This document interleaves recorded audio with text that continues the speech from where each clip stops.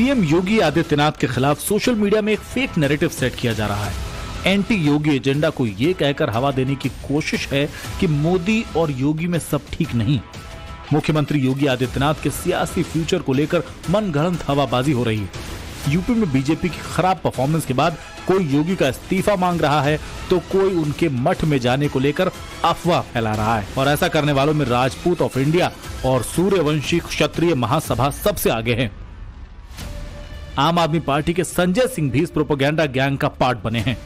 जहां भी यूपी का जिक्र होता है तो पीएम मोदी और अमित शाह से योगी के अनबन की ऐसी थियोरी वायरल कर दी जाती है जिसमें फैक्ट 0.5% भी नहीं।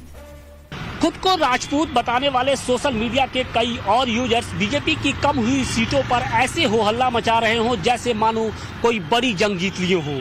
योगी के खिलाफ तथ्यहीन और भ्रामक बातें लगातार वायरल की जा रही हैं, जबकि मोदी ने खुद योगी की 2 बार पीठ थपथपाई। और इन सब के बावजूद जो यूजर्स हैं वो लगातार बेसिर पैर का जो प्रोपेगेंडा है उसे शेयर कर रहे हैं।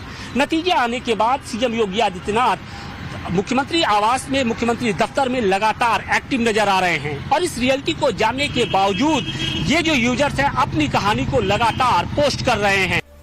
इसमें कोई डाउट नहीं, बीजेपी की परफॉर्मेंस 2014 और 2019 के मुकाबले यूपी में डाउन हुई। यूपी में बीजेपी के 10 ठाकुर कैंडिडेट में 5 को ही जीत मिली और 5 हार गए। इसमें भी कोई इफ एंड बट नहीं। लेकिन योगी सीएम की कुर्सी त्याग कर लखनऊ से वापस गोरखपुर मठ चले जाएंगे, इसमें सिवाय अफवाह के कुछ नहीं। उत्तर प्रदेश का बुलडोजर जब इन माफिया और दंगाइयों के ऊपर चढ़ता, इनकी छाती को रौंदते हुए आगे बढ़ता है तो बहनों और भाइयों, उत्तर प्रदेश में 7 वर्ष से कोई दंगा नहीं हुआ। जो देश की सुरक्षा के लिए खतरा पैदा करेगा उसकी राम नाम सत्य है की यात्रा भी निकलेगी।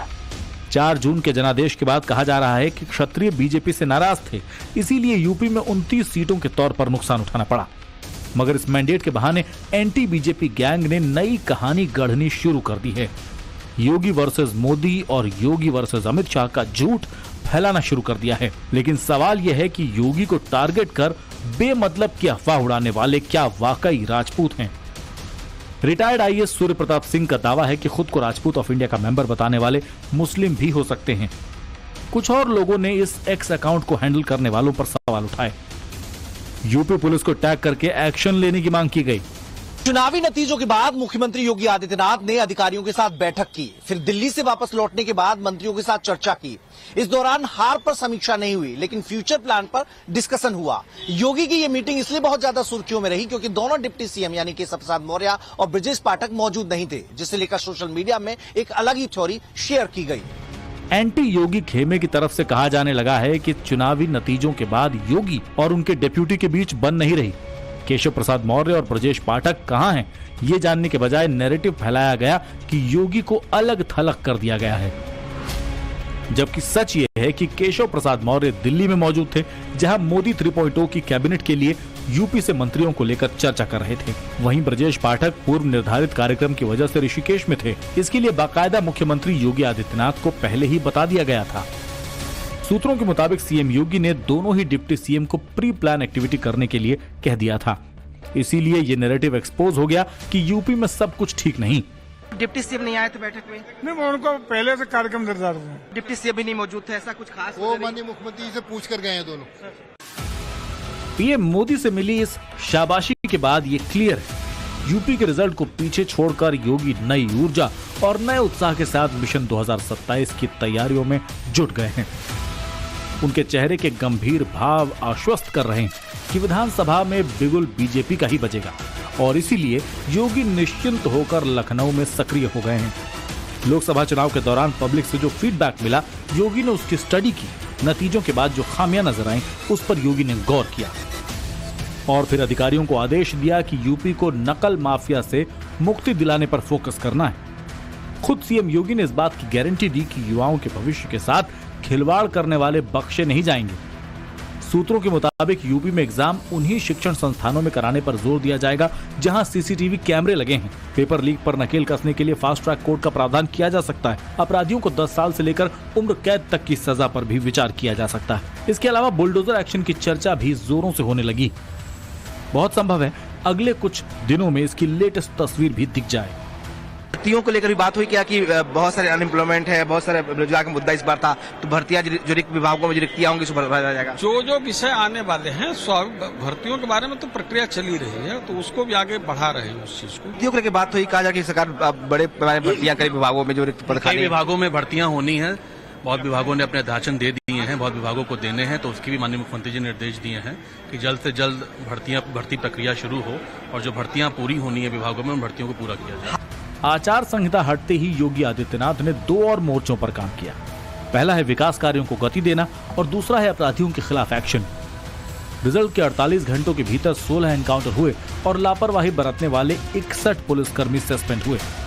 योगी ने कई मंत्रियों को अपनी विधानसभा में त्वरित काम करने का निर्देश दिया ताकि 2027 को लेकर बीजेपी कॉन्फिडेंट रहे। साथ सबका विकास हमारे प्रधानमंत्री जी का, मुख्यमंत्री जी का नारा है। निश्चित तौर पर उस नारे पे हम काम करेंगे।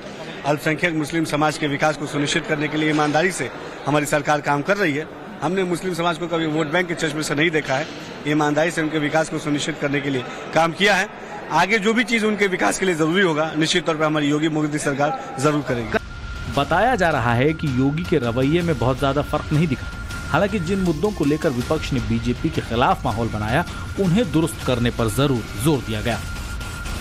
यूपी में 9 विधायकों के सांसद बनने के बाद उपचुनाव होना है, जिस पर योगी ने अपनी कैबिनेट के साथ मंथन किया और इसके लिए डिटेल जुटाने की बात कही। योगी ने जनता दरबार भी लगाया और पब्लिक से डायरेक्ट 1-to-1 किया। योगी का ये रवैया देखकर हर कोई यही कह रहा है कि किसी भी नैरेटिव या फॉल्स प्रोपेगेंडा का उन पर असर नहीं पड़ने वाला। मोदी योगी की केमिस्ट्री इसी ओर इशारा करती है। जब से योगी जी आए हैं माहौल ही बदल गया, मौसम भी बदल गया। हमारे योगी जी तो अच्छों की गर्मी उतारने में एक्सपर्ट है।